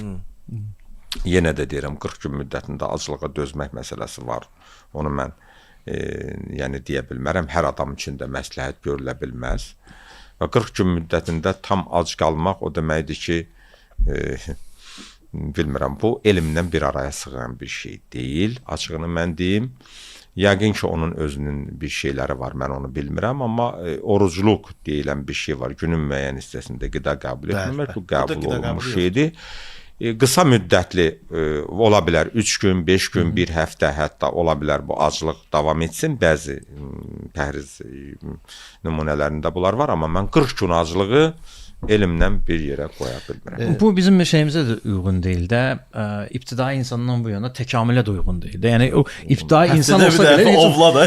Bir dənə mamont yiyi də. Sən ki doğrudan qapında bir dənə böyürtkən bitmədi sən. Doktor, burada çox qəşəng bir ad var. Düzdür, indi qəribə bir şey çıxacaq. Hirodoterapiya. Hirodoterapiya. İlk dəfə də eşidirəm. Bəli, hirodoterapiya. Siz əslində o müalicə üsulunu çox yaxşı bilirsiniz. Zəli ilə müalicə deməkdir o. Zəli hirodos, zəli deməkdir. Bəli, zəli ilə terapiya inteqrativ tibbin müalicə üsullarından biridir. Eləcə də elə bizim o akademik tibbdə də istifadə olunan bir müalicə üsuludur. Çünki zəli təkcə qan sormur. Zəli məsələn qoyurlar, yəqin görmüsüz, ya izləmisiniz, nəsə görmüsüz şəklini. Balaca bir heyvan, deyək su heyvanı, o qədər qan çəkir ki, böyüyür, qanla dolur, amma iş bundan bitmir. Bir məsələ də var ki, zəlinin ağız suyunda hirudin adlanan bir maddə var. O antikoagulyantdır. Yəni qanın laxtalanması əleyhinə olan bir maddədir. Elə hirudindən, heparindən tibbdə də istifadə olunur qanın laxtalanmasını kənarda saxlamaq üçün.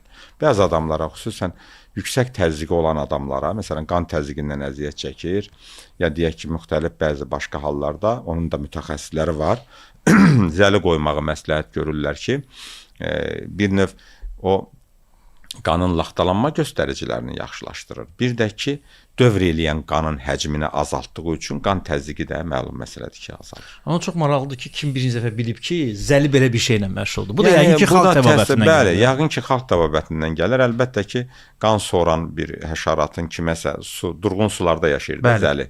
İndi bu dəqiqə məncə onu da yığırlar deyəsən. Bankalarda istifadə edirlər. Belə bir görürük. Əlbəttə bu müşahidələr əsasında, insanların müşahidəsi əsasında sonradan məlum oldu ki, yaxşı bu zəli qanı sorur. Sonra nə iş görür? Sonradan o zəlinin ağız suyunda tapılan maddə o elmi sübutudur onun. Elmi sübut. Bir şərq təbabətindən danışdıq. Bir neçə xalqlar var da. Məsələn, Vyetnamlılar, Çinlilər, Cənubi Koreyalılar, Yaponlar. Onların 70 və 80 yaşında olan şəxslərini ilə bizim regionun, elə öz xalqımızın 70-80 yaşında olan adamları yanaşı qoyanda onlar daha cavan görünürlər. Onlar daha qıvraqdılar. Onlar daha belə çevikdilər və həyat eşqləri daha çoxdur. Bizdə sanki pensiyaya çıxdın, sənin üçün artıq oturaq evdə gözləyən Əzrail, cənab Əzrail nə vaxt gələcəkdi. Bu genetikdirmi, yoxsa onlar öz təbabətlərini, yəni şərq təbabətini daha yaxşı inteqrasiya edə biliblər? Bunun səbəbini siz özünüz Sən də yaşın keçdikcə yəni, cənab Əzrail. Əzrail Düşüncələrimi paylaşa bilərəm sizlə. Bu da sübut olunan bir şey olsaydı ki, bu sübut olunub ki, doğrudan da məsələn bizə deyək də şərqdə yaşayan insanların 70 yaşı ilə bizimkilərin 70 yaşını müqayisə edib bu qərara gəliblər. Onda mən daha çox elmə doğru gedərdim, amma burada mən öz düşüncələrimi deyə bilərəm. Əsas tərəf mental tərəfdir məncə. Mentalitet, mental tərəfdən, həyat tərzindən, düşüncə tərzindən yaranan fərqlərdir. Çünki bizim bu mental tərəflərimiz, düşüncə tərəflərimiz bir tərəfdən o stresslərə yol açan bir şeydir. Məsələn, bizdə elə bir şeylər var ki, biz ona çox həssaslıqla yanaşırıq, amma baxarsınız ki, onların adət-ənənələrində o həssaslıq ümumiyyətlə ona yanaşmırlar. Yəni, bu mental tərəflərdən gələn bir şeylərdir ki, bizdə yəni yaşad olmuş. Məsələn, belə deyim də, indi ümumiyyətlə dünyada qəbul olunan bir şey nədir? 44 yaşla 66 yaş orta yaş dövrüdür. 66 yaşın üstü isə artıq yaşlı dövrə çıxır. Ona görə də 66-dan yuxarı biz insanlara yaşlı insanlar deyirik. Yaşlı insanların da sözsüz ki, bir məsələ var ki, yenə də deyirəm, məsələn, mən açığını sizə deyim, bizim Azərbaycanın gözəl bir mətbəxi var, çox gözəl mətbəxi var, dadlı yeməkləri ilə məşhuruq da, biz elə deyil mi? Hamı bunlar razılaşır, bura gələnlər də deyirlər onu. Bizim o mətbəxin yeməklərinə baxın, o yeməklər nə qədər enerjili yeməklərdir.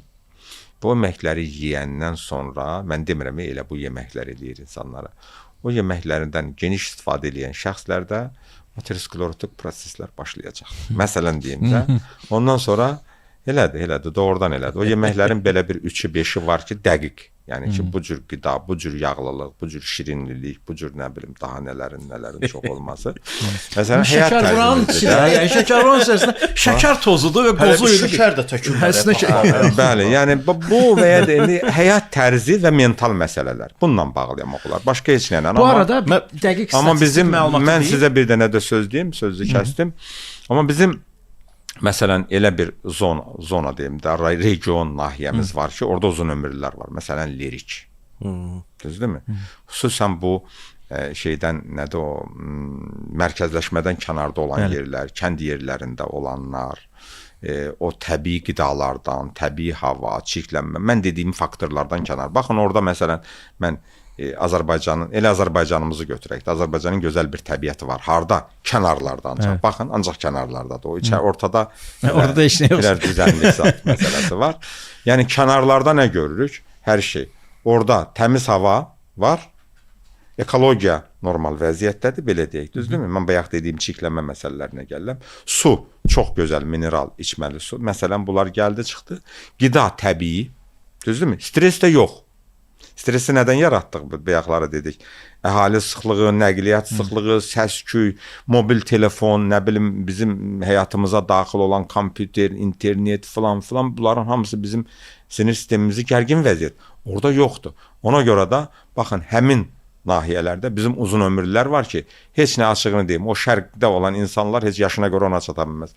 Yadınızda da bir Şirəli baba var idi. Eşitmisiniz də bəlkə də 161 yaş. Deyəsən 160 şey gedər. O hardan? Dünyada elə şeylər bir azdır. Yəni həyat tərzi, mental məsələlər, dediyimiz o faktorlar olmayanda insan uzun ömürlü ola bilər. Orada bir genetik faktor da əlavə edir. Bu arada BMT-nin Ümumi Sağlamlıq Təşkilatının əhalinin uzun ömürlüyü ilə bağlı olan statistikasında Azərbaycanda orta ömür Afrikaya bərabərdir demək olar ki, Cənub regionuna çıxsaq, ümumiyyətlə biz az yaşayan xalqlar siyasındayıq. Afrikaya bərabər olub. Bu da ümumi olaraq götürəndə sağlamlığımızın o qədər də yerində olmadığıdır. Bizdə nə Afrikada oturduğun yerdə kərkədan gələ bilər, nə bilim şir gələ bilər, daxili müharibələr var, tayfalar arası müharibələr var. Bizdə şükür Allah artıq müharibə də bitdiyinə görə orta ömür yalnız dediyiniz faktorlarla razılaşıram ki, stres faktoru daha yuxarı. Məsələn, şəhərin içərisində stres faktorunu daha yuxarıdır. Bu çəkilişə gələndə əlinin atdığı səsi səsləndir. Yəni sadəcə yolda ləngimə adamları artıq özündən çıxardı ki, mən niyə yolda ləngiyirəm? Məsələn, Yaponiyada tıxaclar var, amma insanlar çox sakit formada. Yəni artıq onu qəbullanıblar, bu cür yaşayırlar. Çox çətindir. Yəni mən söhbətimizin lap əvvəlində bu məsələyə toxundum. Mən hətta stresi və onun içərisində nə qoyduq? Stres faktorlarının içərisində yadınızdadırsa dedim, əhali sıxlığı, nəqliyyat sıxlığı, bunları birinci yer. Nəqliyyat sıxlığı insana bir növ, hələ onların səsi. Hələ mən demirəm ki, onlar ekologiyanı nə qədər çirkləndirir. Hamımız maşından istifadə etməyə məcburuq. Ona görə də dünyanın inkişaf etmiş ölkələr, o cümlədən bizdə də başlayıb, ictimai nəqliyyata doğru insanları, məsələn, Avropa ölkələrində deyirlər ki, biz düşünürük həmişə, şəhər meriyaları düşünürlər ki, insanları öz maşınlarından necə çıxardıq? Bu barədə düşünürük. Yəni insan yönümlü kəlməsi də məsələn onun üçündür ki, bəli, insan məsələn düşünür ki, bir meriyanın, mən bir merin danışığına qulaq asırdım, məncə xarici kanalların biri idi, Avropa ölkələri idi. Dedi ki, bizim bir nömrəli vəzifəmiz var. Bilirsiniz hansı vəzifədir? İnsanı öz şəxsi avtomobilindən çıxartmaq. Hara mindirəcəyik insanı? İctimai nəqliyyata mindirəcəyik. Cürbəcür bütün bir neçə tədbirləri dedi ki, bütün tədbirlərimiz bunun üstündədir. Biz insanı şəxsi avtomobilindən çıxartmaq istəyirik. Şəxsi avtomobil, hamı şəxsi avtomobildən istifadə eləyəndə, bizim bəzi ailələrdə 3 nəfər, 5 nəfər var, hər kəsin özünün şəxsi avtomobili var. Buna nə yol dözməz, nə şəhər dözməz, açığını mən deyirəm. Özü də hələ daha o tərəfi də var ki, gəlin görək onu sürə bilir, yoxsa sürə bilmir. Yolda bir, nə deyirlər, süni probkada, süni şeylər, tıxac yaratmaq məsələsi. Belə, taksilərin sayının çox olması. İctimai nəqliyyat, məsələn, mən açığını deyim ki, məsələn, mən indi belə yaxın yerlərə gedəndə, mən ancaq ictimai nəqliyyatdan istifadə edirəm, ya da ki, piyada gedirəm o yolu. Çünki mənim üçün daha rahatdır o. Baxın, biz elə yerə vəziyyətə gəlib çatmışıq ki, biz şəhərin bir yerindən o biri yerinə getmək üçün əziyyət çəkirik. Sıxlıqdan, nəqliyyat sıxlığından. Düzdür, əlaqədar qurumlar bu barədə xeyli işlər görürlər, fikirləşirlər ki, avtobus zolaqlarını ayırırlar, velosiped zolağı ayırırlar. Amma bunlar da məsələni hələ ki, lazımınca həll edə bilmir. İnsanların öz düşüncəsinə buraxırıq bu məsələni. Bizim hər birimiz fikirləşməliyik ki, mən bu günləri bura gəlmişəm, 1 kilometr məsafə qət eləmişəm. Mən öz şəxsi avtomobilimi niyə minməliyəm ki? Piyada da gedə bilərəm, ya bir avtobus oturum, ictimai nəqliyyatla da gedim. Baxın, bu təkcə, açığını mənə deyim, bu təkcə dövlət qurumlarının işi deyil bu məsələni həll eləmək. Bizim özümüzün də bir düşüncə tərzimiz dəyişməlidir də. Hamı, hər kəs gəlin, hər evdən 3 nəfər, 5 nəfər maşını minib çıxır yola, vaxtının çoxsunu da o tıxacda keçirdir. Həm əsəb gərginliyi, həm o maşının buraxdığı, nə deyilir o, zəhərli qazlar, bunlar hamısı nəyə səbəb olur? Bunlar xəstələnmə istəmirsiniz, bu da xəstələnmə. Get bir saat tıxacda qal, gəl gör bir gün özünə gələ bilirsən, gələ bilmirsən. Adicə söhbət əsnasında deyirəm. Ona görə buna bizim hamımızın bir ictimai nəzər nöqtəmizdə olmalıdır. Təkcə mən hansısa bir nə bilim bir qurumun boynuna atım ki, bu dövlət qurumunun işidir, bu mənim işim deyil, bu niyə belədir? Amma hər bir şəxs fikirləşsə ki, bu tıxacın yaranmasında mənim də rolum var. Bəzən fikirləşirlər, təkcə mən neyəcəm, mən güya düzəldəcəm bu dünyanı. Yox, cəmiyyət nədən ibarətdir? Mənlərdən ibarətdir də hamımız. 10 nəfər kimdə ayrı-ayrı 10 dənə mən deməkdir. Bax, buna biz özümüz də, yeri gəldi düzdür, bizim söhbətimizin bəlkə də mövzusuna bir qədər uyğundur bu. Mən bir əlavə edim və daha sonra elə sona yaxınlaşdığımıza görə siz bəzi məsələlərə aydınlıq gətirərsiniz. Məsələn, Fransa və İtaliyada yaşayanların, İtalyanlar və fransızların həyat tərzini tədqiq ediblər. Deyirlər ki, adamlar şərab içirlər, pizza yeyirlər, fransızlar kruasan yeyirlər. Bəs necə olur ki, bunlar çox yaşayırlar? Məlum olur ki, işin əsasında məhz gəzməkdir. Yəni adam səhər-səhər isti kruasan və kofe içib, amma gün ərzində 5 kilometr ayaqla məsafə qət edib. Qısa məsafələr və ya velosipeddən istifadə edib. İtalyanlar pizza yeyiblər, pasta yeyiblər, amma gün ərzində 5-6 kilometr gəziblər, bir-birlərindən ünsiyyətə giriblər, söhbət ediblər, əhval-ruhiyyələri yaxşı olub, bu onların həyatlarına təsir edib. Yəni həm də onu göstərir ki, bəzən biz unlu məmulatları düşmən kimi qiymətləndiririk. Əslində düşmən öz-özümüzə kəsildiyimiz vaxt olur da, hərəkət etməyən də olur. Və son olaraq əlavə etmək istədik, bütün danışdıqlarımızı əlavə etmək istədiklərimiz və dedikləriniz varsa, buyurun doktor, deyə bilərsiniz. Demək, mən indi gəlib biz bir daha ətraflı çıxsaq ki, çıxış yolu nədir? Biz necə? Məsələn, xəstəliklərin artma səbəblərindən danışdıq, cürbəcür misalları müzakirə etdik. Çıxış yolu nədir? Nə etməliyik ki, biz xəstəlikləri müalicə etməkdən şəfa verməyə keçirdək, belə deyəm. Bax, bu yollardan biri, cürbəcür faktorları biz dedik. Bu yollardan biri, əgər tibb nöqteyi nəzərindən baxsaq, inteqrativ təbabətin inkişaf etdirilməsidir. Artıq inteqrativ tibb, inteqrativ təbabət hələ təkcə bir fən kimi dünyanın 40-a yaxın universitetində mən bildiyim kimi tədris edilir. Həkimlərə öyrədilir bu tibb. Amerikada çox güclü inkişaf etməyə başlayıb, bu Avropa ölkələrində inkişaf edir. Və bizim bu ərazilərdə yəni ki, təqdirə layiq haldır ki, bizim bu regionda, bizim yerləşmiş regionda Azərbaycan inteqrativ tibbi inkişaf etdirən qabaqcıl bir ölkədir. Və gələcəkdə də onun visionunda belə bir şey var ki, Azərbaycanı inteqrativ tibbin ən çox inkişaf etdiyi bir ölkəyə çevirmək vision budur. Bax, bu təbabət inkişaf etdiyinə görə inteqrativ tibb üsulları ilə müalicə bəzi xəstəliklərdə, xüsusən xroniki xəstəlikdə xüsusi effektə malik olduğuna görə, baxın nə baş verir. Türkiyədən bura insanlar müalicəyə gəlir. Orta Asiyadan bura insanlar müalicəyə gəlir. Və hətta demirəm, Pakistandan var, başqa ölkələrdən də var. İnsanlar bura müalicə öyrənirlər internet vasitəsilə ünvanları. Mən heç bir ünvan zat demirəm, çünki bu reklam xarakterli ola bilər. Baxırlar, bu müalicə olunur və gəlirlər, şəfa da tapırlar. Məsələn, məndə olan məlumata görə yüzlərlə xəstə artıq kənar ölkələrdən bura gəlir. Baxın, bu nə deməkdir? Bu özü elə tibbi turizmin inkişafıdır. Birinci növbədə biraz qlobal mənada baxsaq. İkincisi, Azərbaycanın tanıtımı nöqteyi nəzərindən böyük bir şeydir. Üçüncü, yenə də deyirəm, çox təqdirə layiq haldır ki, inteqrativ tibbin Azərbaycanda inkişafı başlamışdır və bu bizim qonşu ölkələrdən biz ən qabaqdakı da bizik, belə deyək. Və heç də təsadüfi deyil ki, bu inteqrativ tibb üsullarından biraz yaxından tanış olandan sonra, biraz uğurları ilə tanış olandan sonra Beynəlxalq Elmlər Akademiyanın Azərbaycan sektorunun nəzdində inteqrativ tibbdə elmi araşdırmalar mərkəzi də artıq Azərbaycanda bir neçə ildir ki, fəaliyyətə başlamışdır. Bu özü də təqdirə layiqdir.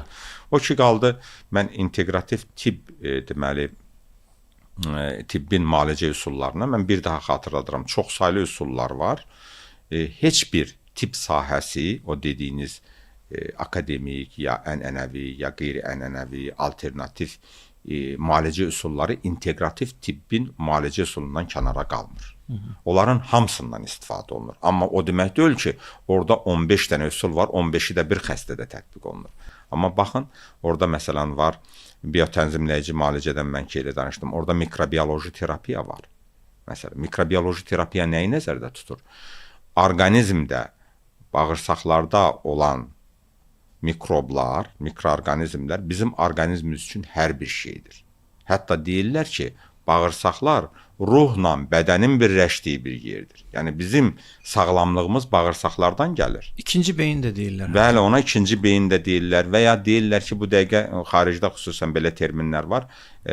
Gut brain axis, yəni bağırsaq beyin oxu. Məlum olub ki, beyin degenerativ xəstəlikləri, xüsusən yaşlı dövrlərdə o kognitiv pozğunluqlar, Alzheimer xəstəliyi və s. hardan gəlir? Hamısı bağırsaqların normal mikroflorasının pozulması səbəblərindən ortaya gəlir. Deməli, bağırsaqların xəstəlikləri təkcə bağırsaq xəstəliyi deyil, bizim orqanizmimizin xəstəliyidir. Mikrobioloji terapiya öz gücünü o istiqamətə yönəldir, belə deyək. Və yaxud da orada var, indi mən deyirəm, məsələn, üsulların içərisində var, deyək ki, xalq təbabəti hansı ki haqqında danışdıq. Ondan sonra orada başqa refleksoterapiya var. İğnə batırma akupunktur üsulu. Məsələn, bu müalicə üsuluna belə baxsaq, görərik ki, onların nöqteyi nəzərindən bizim bədənimizdə enerji axır. 12 deməli meridian deyilən bir yer var ki, o kanallarla enerji axır. O kanallar deyək də onlar, eləmi? O kanallar bağlandığı təqdirdə xəstəlik baş verir. Akupunktura nədir? İğnə batırma üsulundan həmin kanalları açırlar. Müalicə effektlidir, amma təkcə akupunktura ilə yox. Görürsünüz, akupunkturanı o biri müalicələrlə birləşdirəcəklər, bir yerə qoyur. İzopatik müalicə üsulu var. Çox maraqlı müalicə üsuludur. Turşu qələvi mübadiləsinin pozulması, deyək ki, belə onu nəzərdə saxlayan müalicə üsulları var. Orqanizmdə turşu və qələvi daimi balansda olmalıdır və orqanizmdə bunun üçün xüsusi bir sistem, bufer sistemləri fəaliyyət göstərir. O, turşulaşdığı təqdirdə, məsələn, belə deyim də, hamı tərəfindən başa düşülsün. Məsələn, deyirlər, qocalıq nədir? Qocalıq orqanizmin turşulaşmasıdır. Baxın. Turşusun qurub da. Bəli. Turşulaşma, belə deyim də, indi o elmi tərəfdən yaxınlaşsaq, söhbət o turşulaşmağından söhbət getmir. Yəni, turş metabolitik məhsulların çoxalması orqanizmdə. Baxın, orada bir müalicə üsulu var. Məsələn, izopatik müalicə, izopatiya var. İzopatiya nədir? Birinci addımda turşu qələvi balansını düzəldir, sonra müalicə eləyir. Və turşu qələvi müalicəni də düzəldəndə bayaq dediyim biotənzimləyici kimi bu da bir çox xəstəlikləri elə müalicə etmiş olur. Sonra orada başqa bir müalicə üsulları var. Çoxdur bu müalicə üsulları. Məsələn, siz orada stomatologiya görəcəksiniz. Nədir bu? Ümumi stomatologiya. Məsələn, məlum oldu ki, biz dişlərimiz ağrıyanda stomatoloqa müraciət edirik, ya bir narahatlıq olanda. Məlum oldu ki, deməli, orqanların hər bir dişlə əlaqəsi var. Hər bir orqanın müəyyən dişlərlə əlaqəsi var. Məsələn, bizim xarici bir mütəxəssis gəlmişdi, Avropa ölkəsindən idi, məncə Alpstin klinikasının baş direktoru idi, o gəlmişdi bura. Onun mühazirəsində mən onu dedi ki, bir xəstəmiz sağalmırdı. Məlum oldu ki, onun hansısa bir dişinin kökündə granuloma var. Həmin granulomanı müalicə etməyənə qədər o xəstəlik sağalmırdı. Yəni, baxın, hər bir orqanın dişlərə nəyi var? Proyeksiyası var. Ona görə də bəzi hallarda, bəzi klinikalarda, o integrativ tibbi inkişaf etmiş klinikalarda gedən kimi şəxsi xəstəni birinci göndərirlər hara? Nədir? Stomatoloq. Gedin görək, dişləriniz nə vəziyyətdədir? Əgər dişlərində bir problem varsa, birinci stomatoloq məsələni həll eləməlidir. Sonra yaxınlaşasınız bizə. Bundan başqa da bir məsələlər var. Məsələn, deyim ki, burada bizim bu dediyimiz integrativ tibbin ki, bu üsulları ilə xüsusi effekt almaq olar, sağaltmaq olar, bir çox sağalmayan xronik xəstəlikləri müalicə etmək olar. Əlbəttə, biz qəbul edirik bunu. Bunun həm də nəinki insanlar üçün böyük əhəmiyyəti var. Bunun bizim səhiyyə sistemimizin böyük əhəmiyyəti var. Baxın, biz keçmişik tibbi sığorta səhiyyəsinə keçmişik də sığorta ilə. Hamı indi sığorta hesabına sığorta bütün tibbi müayinəni qarşılayır. Bu çox böyük bir şeydir. Əlbəttə böyük bir şeydir. Amma gəlin baxaq. Tibbi sığortan da nə istəyir? Həmişə istəyir ki, onun yükü az olsun. Müalicəyə çəkilən xərc azalsın. Baxın, əgər bir insan 20 il xroniki xəstəlik keçirirsə, o səhiyyənin boynundan o boyda yük düşür. Ona görə də hər bir ölkənin səhiyyə sistemi istəyir ki, onun xroniki xəstəlikləri az olsun. Bu da inteqrativ təbabət də yönəlib ona görə ki, xroniki xəstəliklərin müalicə olunsun, tam sağalsın və həkimə gedib müraciət eləməsin də. Hər gün xroniki xəstəliklər, necə deyərlər, o ayın bu başında da, o başında da gedir həkimin yanına müalicə, nə isə ömür boyu qalır həkimlərin yanında. Ona görə də bu o nöqteyi nəzərdən də əhəmiyyətlidir.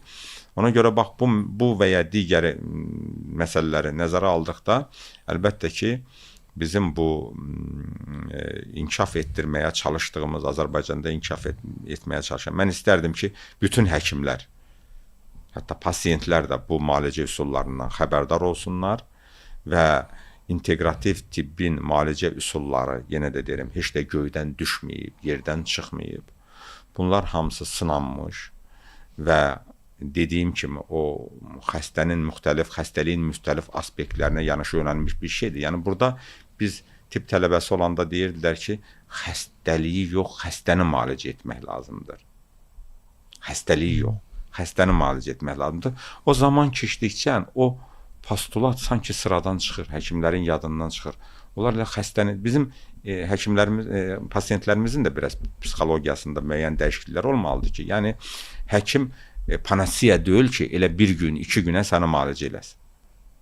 Onların fikri də budur ki, getdin həkimin yanına, həkim sənə bir resept yazdı, deməli sən müalicə olunmalısan. Gedirsən bu dərmanları olduğu kimi qəbul edirsən, amma həyat tərzində dəyişmə yoxdur. Fikirlərində dəyişmə yoxdur, qidalanmada dəyişmə yoxdur. Hansı ki, həkim onları da məsləhət görmüşdü. Sən xəstəlikdən sağala bilməzsən. Başlayırsan, həkimi günahlandırırsan, 2-ci həkimin yanına, 3-cü, 5-ci həkimin yanına gedirsən, sonra nə edirsən? Deyirsən ki, mən həkimlərə inanmıram. Özün oturursan, başlayırsan öz xəstəliklərinə mübarizə aparmağa. Orta yaşlarından sonra hər kəsin bir neçə xəstəliyi var və bu getdikcə artır. Bəli. Pasiyentlərin günahı həyat tərzini düzgün seçməmək, həkimlərin nöqsanları nədir? Həkimlərin nöqsanları isə artıq xəstənin müalicəsinə münasibəti dəyişmək. Protokol müalicələrindən, əlbəttə protokol müalicələrindən biz istifadə etməliyik. Amma lazım gəldikdə protokol müalicələrindən əlbəttə ki, tibbin icazə verdiyi qədər kənara çıxıb xəstəyə şəfa vermək, belə deyim. Doktor, sonda 3 dənə inteqrativ məsləhət verə bilərsiniz bizə? Yəni 35 yaşını artıq keçmiş, belə deyək də, orta yaşa doğru addımlayan 2 nəfərə inteqrativ məsləhət. İnteqrativ məsləhətimiz belə olacaqdır. Məsələn, hərəkət edin kimi. Yəni elə baxın, mən sizə dediyim faktorlar var idi. O faktorları kənara qoymaq. Bu ən yaxşı. Bir də təkrarlayacağım o faktorları. Xəstəlik nəyə görə biz müalicə oluna bilmirik və nəyə görə biz sağlam ola bilmirik? Faktorlar bunlar idi. Birinci faktor, nədən başladıq? Birinci faktor ətraf mühitin çirklənməsi. Ondan biz təəssüf ki, çox çətinliklə qaçırıq. Məsələn, deyim ki, hava çirklidir, bu bizim günahımız deyil sanki, amma biz iştirak edirik o prosesdə. Razısınız məndən? Torpaq çirklidir. Kimsə deyər ki, şu torpaq çirklidir, ondan mənə nə var? Amma bizim bütün qidalarımız torpaqdan gəlir, onu nəzərdə saxlamaq lazımdır. Hava çirklidir, yenə də deyirəm, bir də su çirklidir. Suyu təmizləyib qəbul etmək, təmiz su qəbul etmək olar, düzdürmü? Belə deyək. Bunu aradan götürdük, müəyyən qədər çalışdıq. Yəni, mən insanlara da məsləhət görürəm ki, həqiqətən, elə bir işləri yoxdursa, şəhər mühiti insan sağlamlığı üçün zərərli faktorlarla doludur. Əgər doğrudan da vacib bir işləri yoxdursa, çıxın gedin. Yox, elə də demək olar. Şəhər kənarında yaşamaq da Şəhər kənarında yaşamaq daha məsləhətdir. Orada həmin faktorlar yoxdur artıq. Deyəcəm indi. İkinci faktorumuz nə idi? Qidalanma ilə bağlı. O bizim əlimizdədir. Baxın, marketlər qidalarla doludur. Çox gözəl. Olsun, heç kəs onu qadağan eləmir, heç kəs də onun əleyhinə deyil. Amma biz hansı qidaları seçməliyik? Sağlam qida. Bax, bu sağlam qida sözü bir çox mənalarda səsləndirilir. Bəzi şəxslər də onu başa düşmək istəmir. Sağlam qida nədir? İlk növbədə konservantsız qida. Digər təbii qida. Təbii nədir? istilik təsirinə az məruz qalmış qidalar. Düz deyin, deyirsiniz ki, doktor biz əti çiğ yeməliyik. Yox, əslində yox. Sağlam qida məsələsini həll etmək məsələsi bu ikinci bizim şərtimiz oldu. Üçüncü şərtimiz stressdən qaçmaq. Gəlin görək qaça biləcəyikmi? Stressi azaldıb minimuma salmaq. Bəli, doğrudan da bu günləri şəhər mühiti, istənilən şəhərlər belədir. Daha böyük şəhərlər belədir. Orada stressdən qaçmaq çox çətindir. Ona görə də inteqrativ təbabətdə bütün xəstəliklərin müalicə üsuluna daxil edilir. Nə? Daxil edilir meditasiya. Yəni eşitmisiniz bu barədə? Meditasiya nədir? Müəyyən qədər beyin qabığını işdən ayırıb heç nə düşünməmək, heç nə fikirməmək. Meditasiya üsullarında məsələn başlayırlar saymağa 1, 2, 3, 4, 100-ə qədər, 100-dən 1-ə qədər. Məqsəd nədir? Deyirlər ki, bəzi pasiyentlər həkimə sual verirlər. Olmaz ki, saymayaq. Deyir, yox, sayın, ona görə başınıza başqa fikir gəlməz. Yəni bir bana beyni sakitləşdirin. Meditasiya belə bir şeylər, o da inteqrativ tibbin müalicə üsullarına daxil olan bir şeylərdən biridir. Və beləliklə bax bu 3 məsələ dediyimiz yenə də məsələləri kimsə həll eləyə bilirsə bu məsələləri, əlbəttə hamısını 100% həll etmək. Bir də lazım olduqda inteqrativ tibb mütəxəssislərinə müraciət etmək. Əlbəttə ki, daha bilirsiniz, o halda bizim biraz insanlar sağlam olmaq məsələsi bizim birinci növbədə özümüzdən asılıdır. Bir problem olanda biz onu ləngidirik, özü düzələr, gedirik. Bizim çox yanlış bir təsəvvürümüz var. Birinci xəstələnəndə həkimə müraciət eləmirik. Hara müraciət edirik? Apteka. Hə. Əczaçını həkim kimi görürük də. Hə, mənim boğaz ağrım var. Bir dənə boğaz ağrısı dərmanı verin. Qalı belə də deyəcəm. Çünki mən özüm eşitmişəm onu. Hə, boğaz ağrı dərmanı verin. O da götürür bir antibiotik mi, nəsə özünə uyğun bir bildiyi kimi bir şey verir. O da gedir qəbul edir. Bəlkə də nə isə eləyir, amma axı problem həll olunmadı. Həkim müayinəsindən keçmədin. Boğaz ağrının səbəbi də bəlli olmadı. Ola bilər müəyyən hallarda hətta sağala da bilərsən, amma bütün hallarda sağlamlığın risk altındadır. Özünü risk atırsan, gələcəkdə o xəstəliyin, məsələn, adicə bir şey deyim də, angina keçirdirsən, anginanın sonu revmatizm ola bilər, başqa bir xəstəliklərə yol aça bilər. Bunları hamı bilməlidir, öz sağlamlığına diqqət yetirməlidir. O faktorların hamısını əldə rəhbər tutmalıdır və bir də artıq hamı, istər tibb ictimaiyyəti, istər qeyri-tibb ictimaiyyəti bilməlidir ki, Azərbaycanda inteqrativ tibb inkişaf eləyir. Bu, şəfa verici tibbdir və bunun imkanlarından istifadə etmək lazımdır. Təşəkkür edirik doktor, gəldiyinizə görə.